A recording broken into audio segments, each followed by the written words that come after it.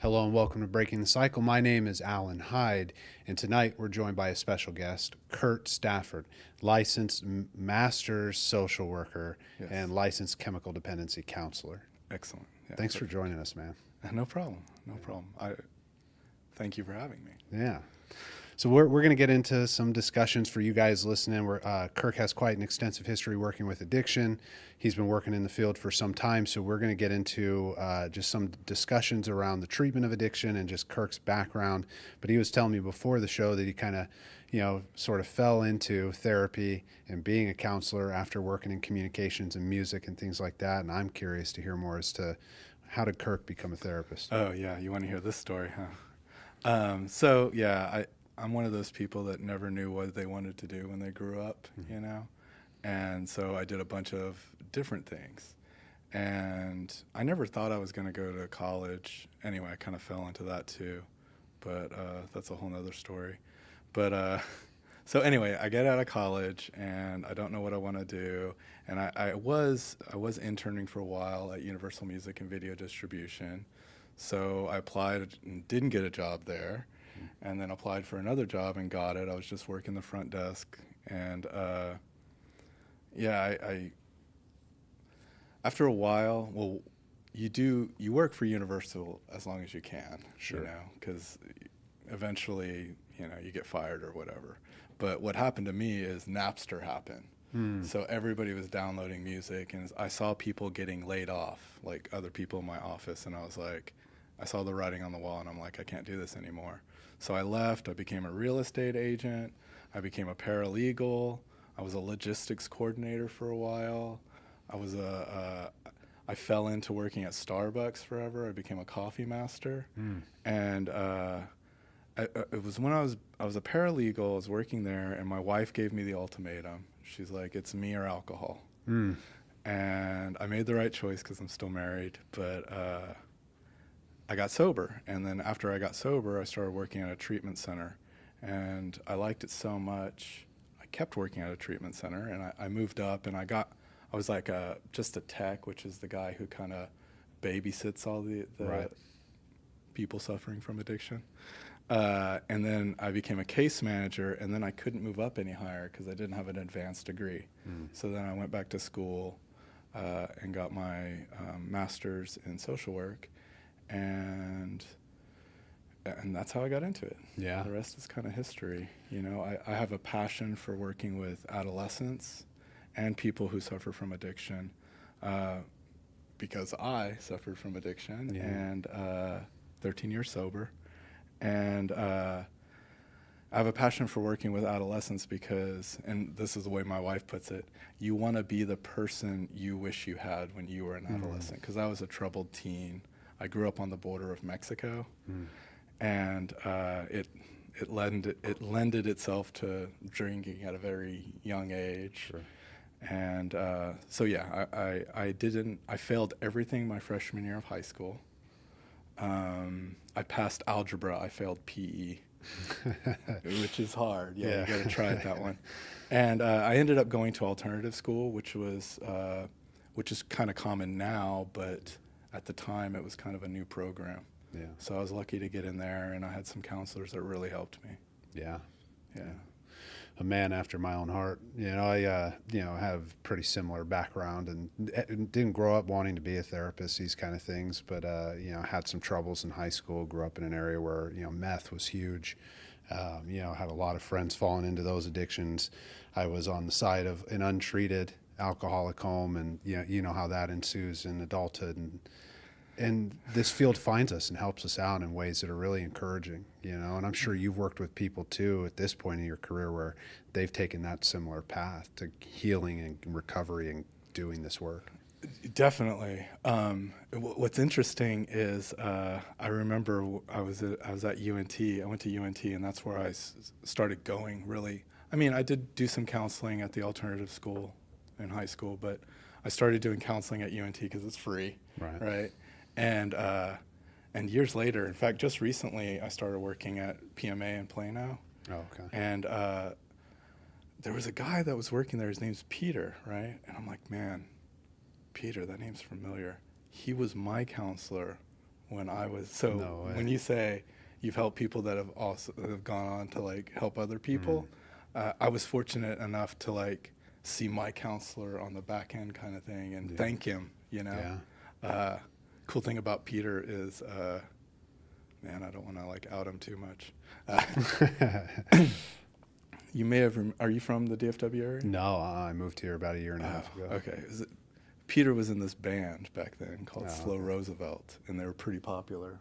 If you're from the area, you may have heard of them. Anyway, Nice. just like an anecdotal story about Peter. That's cool when things can circle back around like that. And this field is so ripe with those things because it attracts in people when they decide that I'm going to do better and be better and get better. Yeah. It just attracts us in, and there's just so much good work to be done. Yeah. I've seen both, right? I've seen people that have come through treatment and gotten recovery and gotten better and gotten to work in the field and then overdose. Oh yeah. And so it's good and bad, you know? Yeah, which since I have, and right, we call ourselves experts here, right? Since I have an expert on this topic sitting with me and we both work with it, I heard this thing the other day and I said, well, hey, I'm speaking with Kirk tomorrow. He's got a background in this. I'd love to just hear your perspective. Could be helpful for other people listening. It's like when you open up the big book and in the first couple pages is telling you how it's developed and how it came to be, and that there was a 50% success rate in the beginning and then it dropped down, and now studies show we're somewhere lower than 5% in success rates. I was talking with some people close to me about this the other day as well. There seems to be not just a rise, right, in the use of substances and the rise of addictions, probably no more than there was prior to us having eyes on these things as much as we do now. But do you think society's kind of in this like fringe, kind of fragile place with addictions and recovery? And what do you think the solutions are? Oh, man. The solutions is a big question, right? I mean, I think the biggest barrier right now, and it has been for a while, and you probably agree with this, is access to care, right? Like, I know a lot of really great treatment centers that are way too expensive for the average person suffering from addiction. Yeah. You know, and I see it time and time again. But the other thing is, man, I think we're really still early on in the treatment of addiction. There's a lot of really promising new treatments coming out from non-traditional areas, you know, like I know that people are researching psychedelic drugs as treatments for substance abuse, and there's a lot of promising things there. Of course, there's a lot of people who take that into their own hands. I mean, recently, the guy from Friends that overdosed on ketamine. Chandler. Yeah, I I almost said Matt LeBlanc, but it's the other guy. What's Chandler's name from Friends in real life? Do you know? We can come back to it. But yeah, what that looked like to me anyway, if you've seen all the stories, was that he was self-medicating with ketamine as a way to like help his addiction issue, and he did it the wrong way. Matthew Perry. Yeah. Yes. Yeah. Yeah. Yeah, you know, and he had kind of some of that traditional, you know, we don't want to speak ill of anybody on this show, but it's like kind of had that traditional circle of codependency, some people pleasing going on in his inner circle, people that were kind of facilitating the addiction as opposed to like removing, detaching, getting out of the way so he could seek recovery, which is a common story. Well, and you know what, I've heard this, I was listening to, of all things, a Steve-O podcast. Sure. And it was, and he's sober, but he had on, don't tell me I forgot his name.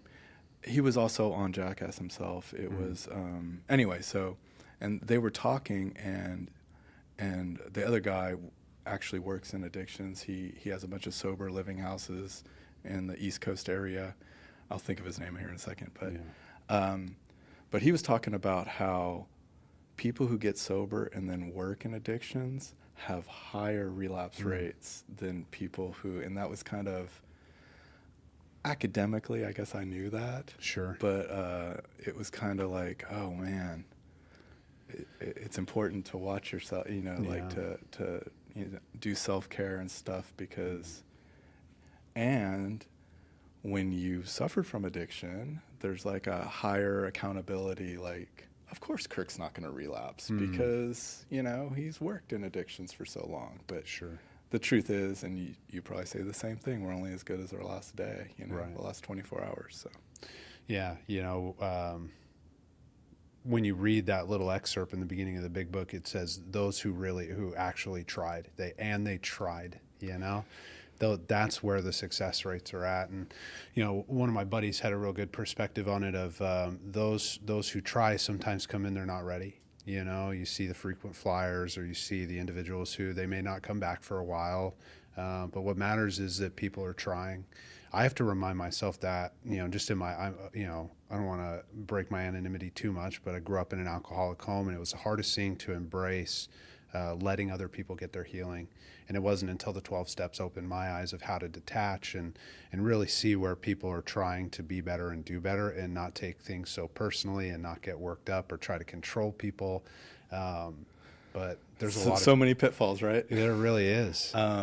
Yeah, and I often, I have a bunch of sayings that I use, and this is true with addictions, and it's also true with mental health, right?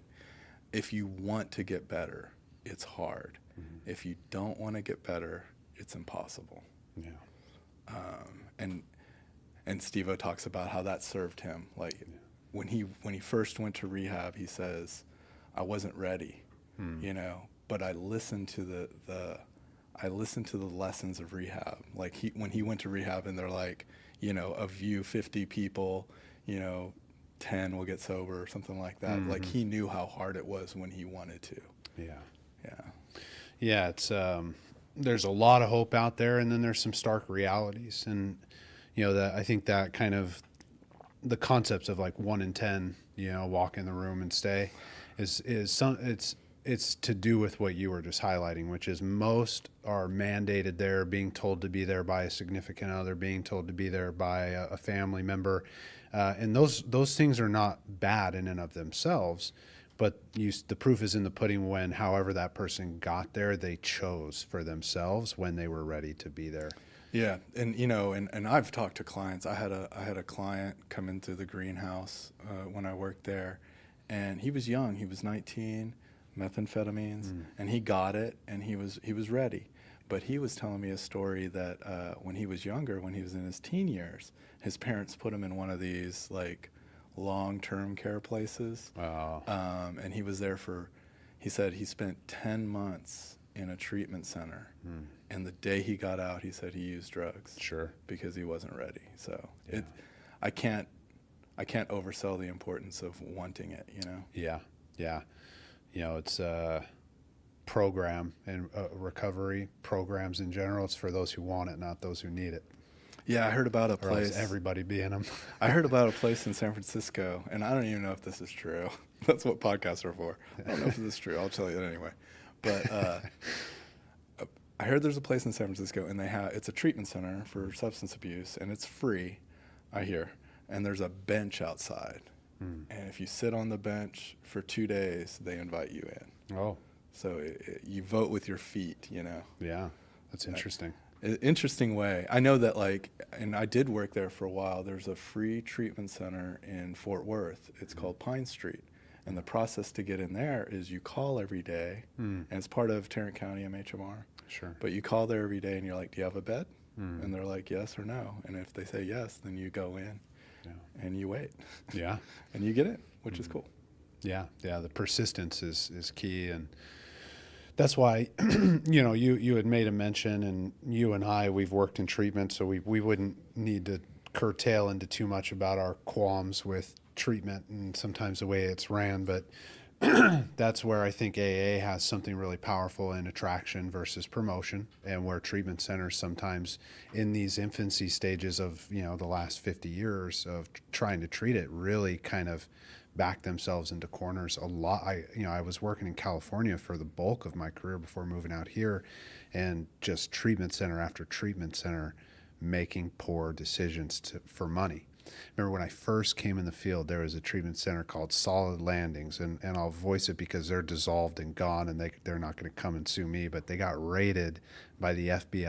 I had a therapist friend working there at the time. They came in and seized and told her, get off of your computer, and as she's walking out, they're grabbing it and putting it in the bags. And it's just, they were defrauding clients and human trafficking and you name it. Yeah, there's a lot. There was a big article about, and you know, Florida is one of those big treatment centers, and there was a article about somebody who'd been given a lot of years for, you know, holding people against their will and all kinds of stuff. I mean, I work for treatment centers that have been sued for stuff, not that, but other things. Yeah. Nothing that was my fault. Yeah, I'd worked for one early in my career. I only share these things today because I'm sitting with someone who knows my pains. It's like I worked for this one called Footprints in South Orange County. And I don't even know what type of fraud the owner was involved in, but like one day we're practicing therapy and the next day the business is shutting down and this guy has like fled the country, and he was still reaching out to us to like pay us under the table to get the notes done before it got shut down, because he's trying to squeeze every last drop. Yeah. And it's unfortunate, you know, that addictions, mental health, it's a vulnerable population of people, you know, and we all know what it's like to struggle, and not as many people willing to get in there, I think, and run some of these places to do it properly. You know, and that's the thing. That's one of the problems is, you know, the stigma around addictions. You know, addiction is like criminal law.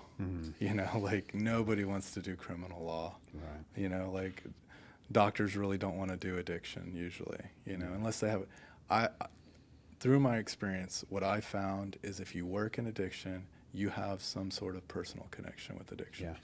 Yeah. There are very few people that are like, oh no, nobody in my family was addicted to substances. I've so rare that I don't think I've ever met them. You know? But it's everywhere, you know. Well, you know, and I can attest to that as well. You know, in a 13-year career coming up on, I don't think I've ever met one working in the field that wasn't personally affected. Yeah, and I'm not saying that they had to be addicted. You know, maybe it was a parent, loved one, son or daughter. Well, that's how I found my way to therapy, and then Al-Anon was the realization. You know, I was wandering through just making up my own mind about all the things that I had experienced. You know, it wasn't until I was like, I'm a therapist who works with addictions, that it smacked me in the face of like, oh, there might be a reason. You know. Well, and you know, you say that, and what's interesting is, and I've heard this from several different sources, there's a disproportionate amount of nurses that are adults of alcoholic parents. Yeah. You know. Yeah. It's just interesting. They're used to being the caretaker. Right. You know, these roles, my therapist always kind of highlights it, and this is a good one for those listening, is like when a role is assumed, you have a choice to assume it or not. And a lot of times we assume it with our careers, you know. And that was, I'm sure you've read this book, but Facing Codependence by Pia Mellody. Oh man, it's a phenomenal book. And she started cracking down on the information around codependency because she was a nurse and experiencing her like codependency and her trauma, and then just started to ask these questions because she realized there's this unspoken kind of very visible but not being treated set of symptoms, and she developed this assessment. Interesting that you pick up on this and you mention this, because I've heard this too, and I kind of believe it as well, is the addiction's more of a symptom. Yeah. You know, of a, like, what does the big book say? An internal deficit or a personal, they have a term for it, but. Yeah, the spiritual malady. Yeah, like something about yourself that you're not willing to accept. Yeah. You know, some defect, personal defect. That's right. what it is. Yeah, and I'm sure you would agree on this, but, you know, because you were just touching on exactly this, but for those listening, maybe we can dig into it. It's like the addictions, whether it be sex, gambling, drugs, rock and roll, it has nothing to do with the thing. It's always a set of, whether it be defects or symptoms, that are pulling us towards maybe traditionally we'd call the void.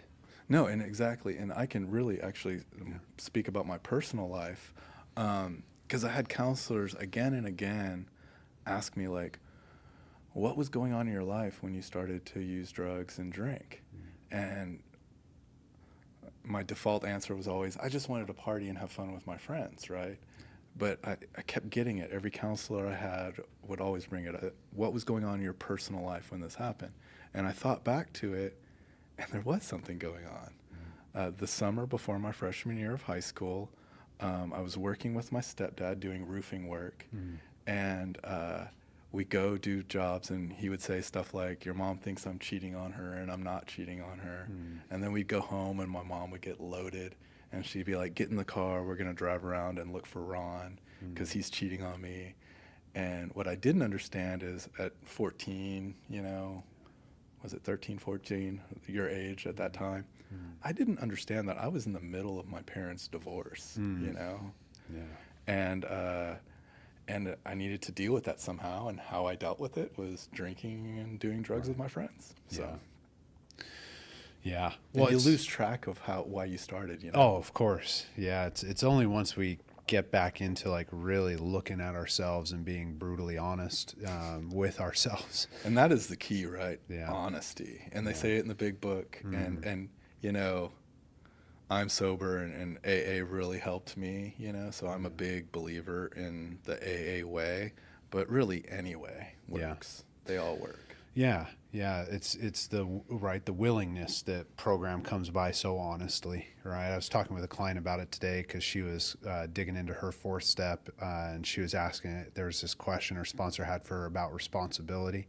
You know, what did you learn about responsibility in her childhood? And she was thinking about like all of these like positive qualities of responsibility. And I was like, it's interesting. What about, you know, your parents putting the responsibility on you to take care of their emotions, right?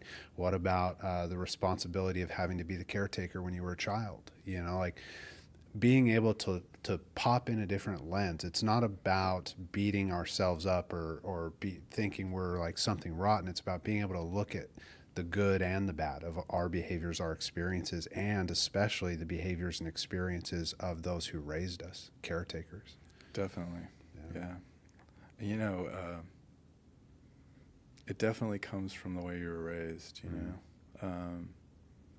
Everything in your adulthood is informed by, you know, your attachment style or, you know, your family of origin.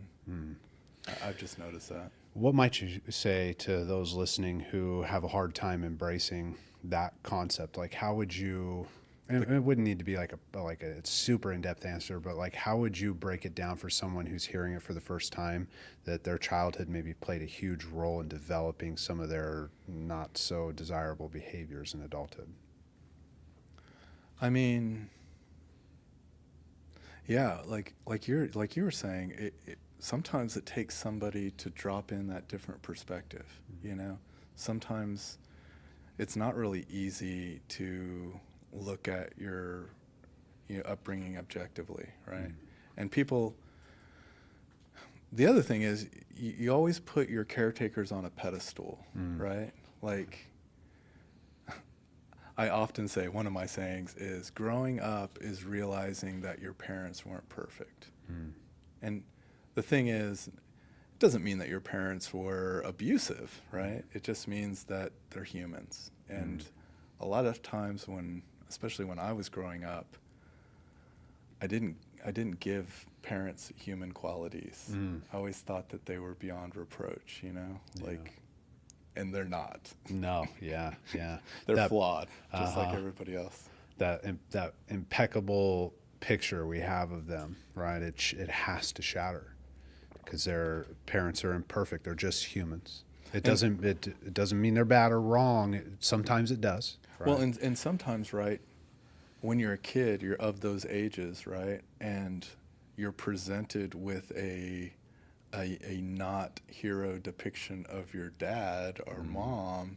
It really affects you. Oh yeah. And it affects you more than you think. And you know, have you heard of the ACE score? Oh yeah. Yeah, it's a hard one. Childhood experiences.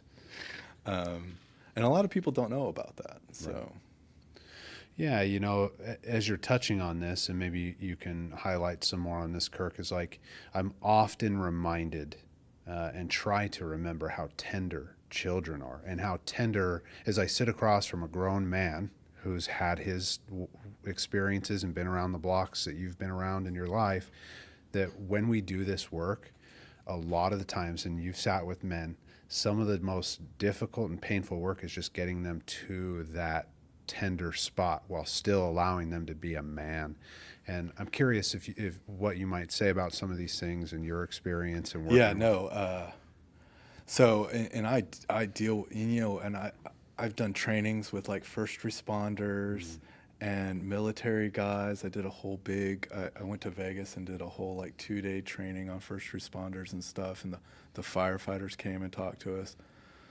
Some heartbreaking stories there, right? But I have a whole like story I use as to illustrate vulnerability as courage. And what I tell people is, and usually grown men, Navy SEALs, all kinds, right? And I'm like, because they have a problem with that. Vulnerability is not courage. Vulnerability is weakness in their eyes, right? And then I tell them the story, and I'm like, so I'm just going to paint a picture for you. It's D-Day, the troops have just invaded the beaches of Normandy or whatever, and all these like, U.S. military guys are behind a rock hiding, and there's a German with a 50-gal gun, and he's shooting at this rock. And as long as they're behind the rock, they're safe. So one of the U.S. soldiers is like, I'm going to go take that hill, okay? And so he comes out from behind the rock. At that moment, he is the most vulnerable and the most courageous. And that just illustrates to people that, like, vulnerability is courage because he can get shot. Yeah. Well, what a beautiful way to flip it on its head, right? And use a military reference with military guys. Bingo. Yeah. Well, it's just so helpful too, just for anybody to start to wrap their mind around like what vulnerability and its qualities actually are. And we know since the beginning of time that in order to build the rigorous, tough, brutal things that we've built in life required a lot of vulnerability. We would not be sitting in a nice, furnished, air-conditioned room talking on the internet if people weren't willing to be vulnerable in some pretty brutal ways too, because it's not easy to make this stuff. Well, and this is a good point that you made, and I kind of want to like refocus it a little bit, because like people come up with these coping skills, right? These coping skills that get them through really tough times, right? Like usually your coping skills are what they call it, your secret weapons, right?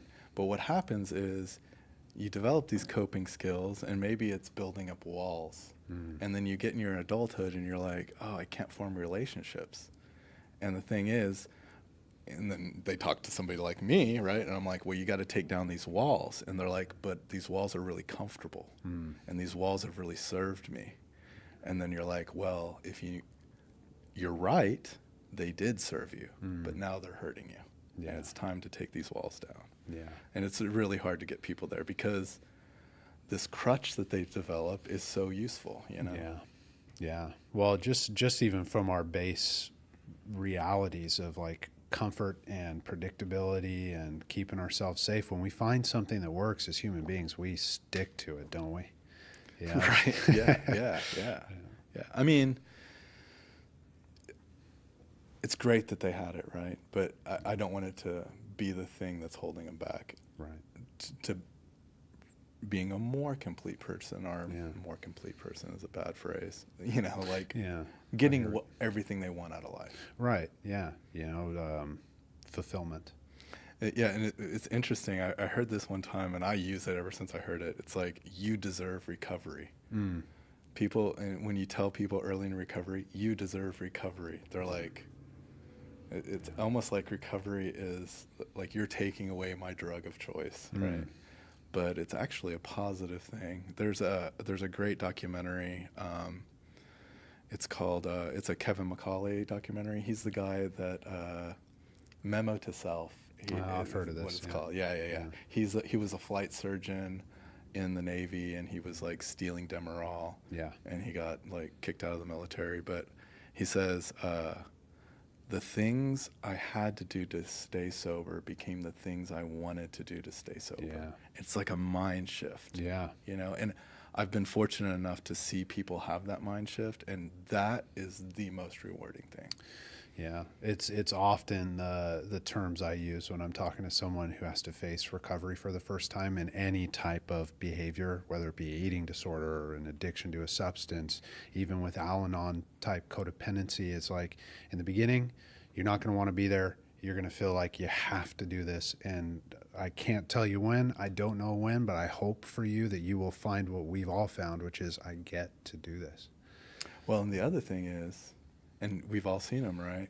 Where you've been at a meeting, and there's the group of old timers, and in Memo to Self, he talks about this too, that they don't drink anymore, they don't do drugs or anything, but they smoke like nobody's business. Yeah.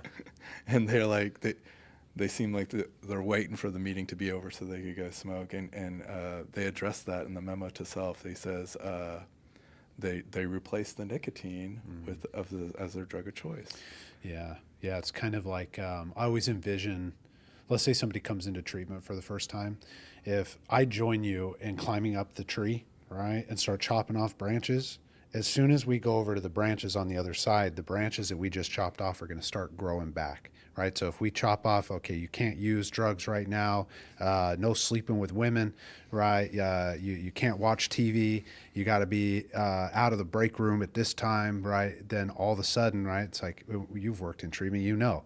You were just touching on it, smoking like a chimney, trying to flirt with all the ladies, right? Trying to flirt with all the dudes. It's like the symptoms crop up if we don't get in. And what's weird is like people like us that work in addiction, you know, we think it's a personal stab, you know, and our heart breaks, you know, they're trying to sneak around and talk to the women or whatever, and it's really not them, it's the addiction just creeping up, and it's whack-a-mole, right? Yeah, it's just the symptom growing itself back in a new form until the desired form is available again.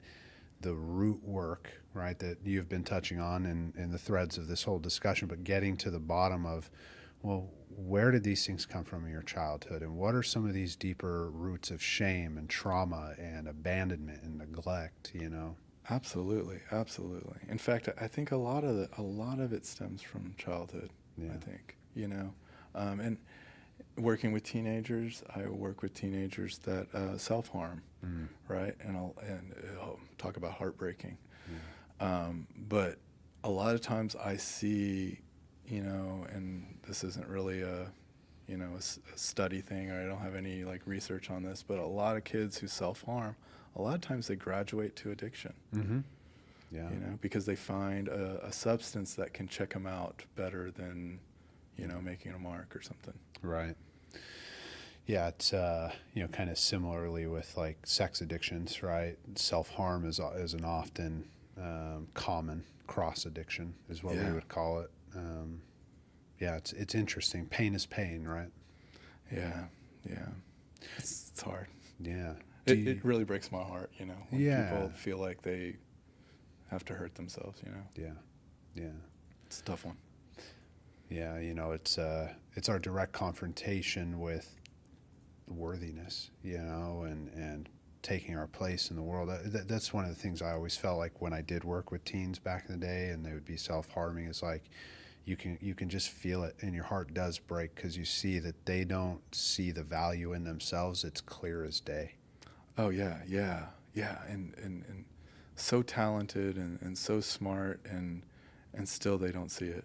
Yeah, it's rough. It's hard. We're living in a climate these days that's ever changing, right? It's fast, it's exciting, but it's dangerous. The kids are getting swept up into things that I know you and I, when we were younger, didn't have to always contend with. I think we did in our own ways. It was slower, maybe when we were younger, with like the information. I would not want to be a teenager right now. Yeah, for sure. And you know, since you're currently still working with adolescents, what are they in trouble, man? Is there something that needs to shift and change in our culture? Man, I mean, I think everybody could do with just a little bit more kindness all the way around. Like parents, teachers, everybody's stressed out, right? Everybody's stressed out. So just being a little bit more kind with everybody, you know, and if there's one thing I could tell parents specifically is that kids really take to heart what you tell them, you know, and they're a lot smarter than you think, you know. So like cutting words, like belittling, stuff like that, they really take that to heart these days. And one thing that you were talking about earlier, I feel like kids don't do drugs as much as we did when we were kids. It's and I'm a little bit older than you. I can tell you're a little younger. Well, I think like, you know, that era, 70s, 80s, 90s, right? Yeah. Very drug heavy eras. Different drugs at different times, depending on the areas you're into, but very, very drug heavy era. Punk, fuck the system. That it just like, I remember growing up in the 90s and these were just the narratives, you know, like you just kind of dabble around and make your way, and it's rough. And the drugs are a little different now. What is now is like lean and fentanyl, right? And when I was a kid, it was alcohol and was marijuana. And marijuana is its own thing now, and you got the synthetics now. And the real thing that people are struggling with is kids today can get any substance they want delivered to their door. Yeah. It's a completely different. Like back when I was a kid, you had to know somebody who knew somebody. Yeah. And then if that person knew your sister, then you're in trouble. Yeah, a real barrier to entrance. Yeah.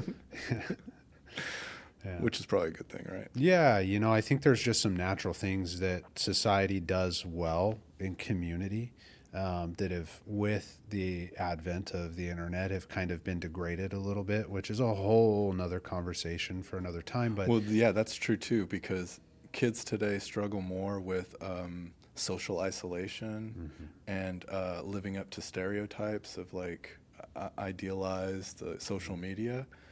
That's way worse than when I was a kid. I mean, we had like 17 magazine and all this stuff, but it was never. Nobody would bully me with their phone and record me. Yeah, you know, and that's an added level of stress that your worst day can be publicized and go viral. Yeah, brutal. Yeah, I could not imagine. I had some pretty bad days in high school.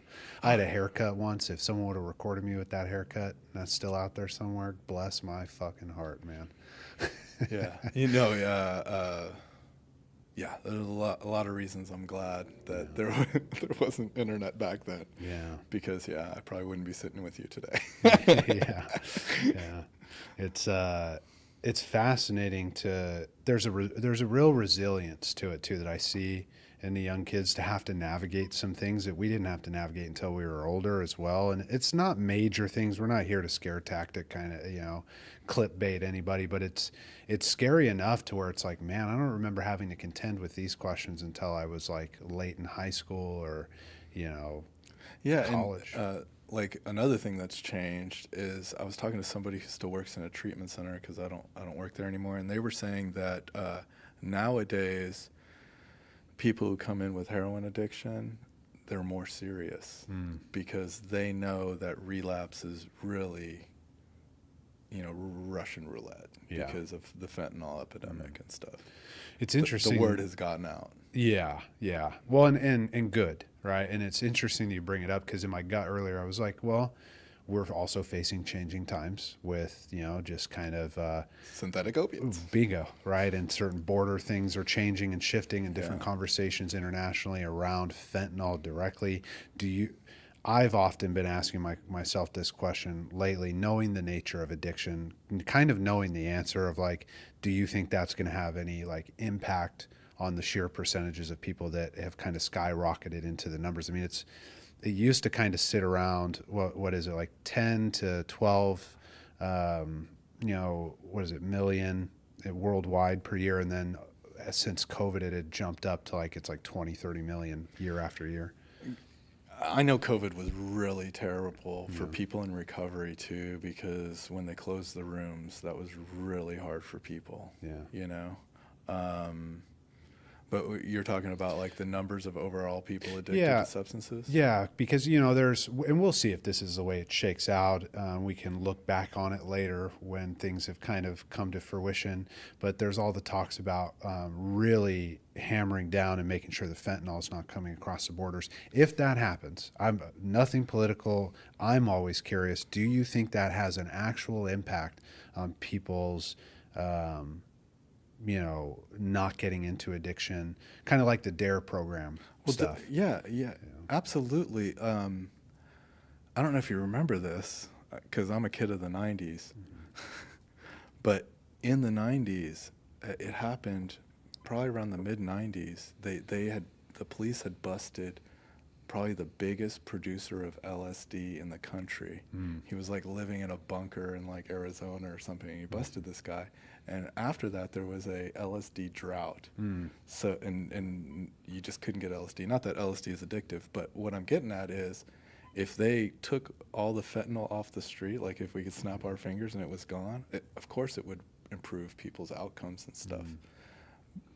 But I'm also saying, to that end, right, when people would sneak drugs into the facility, right, and the people who were taking it seriously would get all angry. They're like, why didn't you guys catch the person trying to sneak A, B, or C in? And my question that I was posed to him is, do you think they can get drugs into supermax prisons? And the answer is like, well, of course they get drugs into supermax prisons. They get drugs into all prisons. And I'm like, with the precautions they take in a supermax prison, do you think our precautions are more or less than that? And they're like, less than that. And I'm like, that's how the drugs got in. Right. Because you could search everybody 20 different ways, and they're going to find a way to get substances in. Yeah. Yeah, it's one of the greatest realizations, working with people, is how absolutely bottomless the amount of cleverness that comes out of a human being. They will find a way if they're choosing to do something. And I used to turn that on people. I was like, remember how clever you are to figure out how you did drugs? And they're like, yeah. I was like, that's how clever you have to be in recovery. Yeah, with your routines and with finding work and, your willingness to try different things. If something's not working, you have to get clever. Well, and like, tell on yourself. Nobody ever tells on yourself. I have this whole thing where I'm like, the one thing I never heard in my years of working in addictions is, Kirk, here's the drugs. Yeah. I smuggled them in to use them, and I decided I didn't want to use them. There they are, Kirk. Nobody ever says that. Yeah. Everybody's like, what drugs? Yeah. The ones in your pocket? The ones falling out of your pocket? Yeah. Yeah. I had this ex-pro baseball player, and he had the steroids in his pocket, the liquid form of them. And I knew he had them on him, right? He had kind of been narked on a little bit, and him and I had worked together for some time. And he was like, this isn't steroids. And he's like, pulled it out. This isn't steroids. Puts it back in his pocket. I'm like, was it vape juice? Yeah. I'm like, dude, people, it's even when they know they're caught. And this is a brutal reality, I think, for family members and those personally affected to remember with addictions and walking with people, is that even when they're caught, unless they're ready, to step into like a realm of like justice, in life, and humility and honesty, which they're fully capable of, and we want to make the space for them to do it, they're going to lie to you. So someone in one of my meetings always says, she says, lips are moving, lying. Yeah. So many stories about this topic. I had one guy, and working at the treatment center, we have people come in and talk all the time. And just different stories like, I got a sponsor, and my sponsor told me two things. He said, sit down and shut up. Yeah. Listen to what they're saying. Right. Another story was like, this guy was telling me, he's like, I went to a meeting, and my sponsor was like, go over there and talk to those newcomers about recovery, And he's like, I was told to do everything my sponsor said. So I went over there, and I was talking to the newcomers, and the guy was saying, he's like, yeah, this AA thing isn't working for me. Maybe it'll work for you guys. I came over to tell you, to talk to you about it because my sponsor told me to, but it's not working for me, but maybe it'll work for you guys. Give it a But try. it ended up working for him. Yeah. As long as you stay engaged, it'll work. And the thing that everybody has a problem with, everybody I've ever worked with, is time. Everybody thinks, oh, now I'm sober. It's like a switch, Right. Like I don't want to do it anymore. I'm better now. Yeah.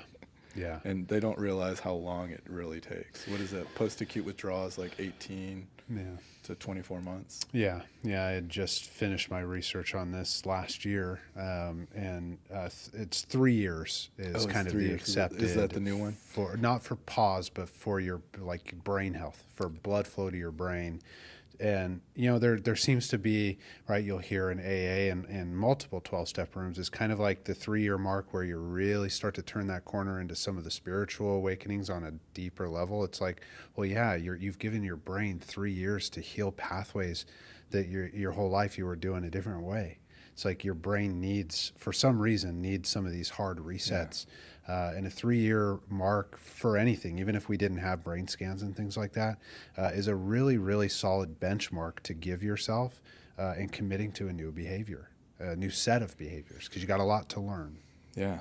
It's the time thing. It's such a struggle for most people, because they want it so bad. They want to be better so quickly. And you know what? The disease of addiction says, I can get instant gratification. Right. So it's hard to turn that around. It's probably, I don't know, you tell me, do you think it's the hardest concept, time? That, and I would make the most cliche argument of all. It's like time and maybe the axiom between love and trust, is probably the hardest concepts for humans to grapple with when they've been hurt. Yeah. That time will heal it and you will get better if you stay busy. Time's a real the short answer to your question is yes, time is extremely difficult for those of us who've been hurt, because what we have to do is take a leap of faith, trusting that in a long period of time of commitment, I may feel better. And we say it as may feel better because I don't trust the promise that you tell me I'm going to feel better, because I've been fucked over. Right. Yeah. And that, I think, is what makes the time part so hard, is like, as a human being, it's like all of these really good people wouldn't be telling me the promises if it was bullshit. And I like what you touched on when you said, because we've been burnt before. Right. And I think maybe that's an answer to why my and maybe your generation did substances more than kids today. Because when I grew up, everybody's like, if you smoke weed, it's slippery slope. You're going to be scoring crack tomorrow, right? And when we realized that wasn't true, right? We didn't trust anything our parents told us about substances, which did us a disservice because they all drank alcohol, so we drank alcohol, and then it was like, ooh, alcohol is a pretty serious drug. Yeah, I think maybe the most insidious of them all. And people say this all the time, but I'll echo it. If alcohol came out today, it would be Schedule I narcotic. Oh, for sure. Yeah. We're going to have another conversation with you on, because I mean, we could have a whole discussion on that. Close That to would the be end? a blast. We are. And it flies by, doesn't it? Yeah. I've got a question for you that I ask all the new guests on the show. If we were going to build a mental health amusement park and you got to build a ride there, what would it be called? What would it look like? And what would it do?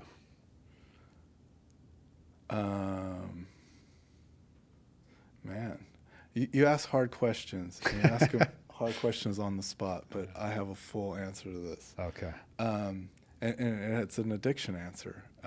It would probably be called the Screamer. It would be a super fast roller coaster, right? And the purpose of it, right? And this touches on another thing that Kevin McCauley said. I love that documentary. He said, you have to learn in recovery to have hedonistic fun, is what he said. He didn't say fun. He said hedonistic fun. And if you remember from the documentary, he learns to ski, right? And I didn't even know this at the time, but around the time that I got sober, I started re-embracing. I used to skateboard as a kid, and I started skateboarding again. And skateboarding filled that role for me because it's so much fun. Yeah. So I would build a fun ride to show people that, like, recovery can be fun. Awesome. Any last words you would share with our captive audience here? I got to say hi to my wife, Ashley, and my daughter, Willow, because they're probably watching at home, hopefully. Yeah. Maybe not Willow, but. Yeah. Awesome. Well, Anyway, thanks again for coming Thanks on, for Kirk. having me. Yeah.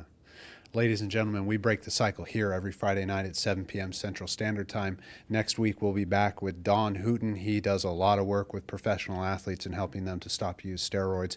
It's an episode you won't want to miss. We will see you next week. Take care.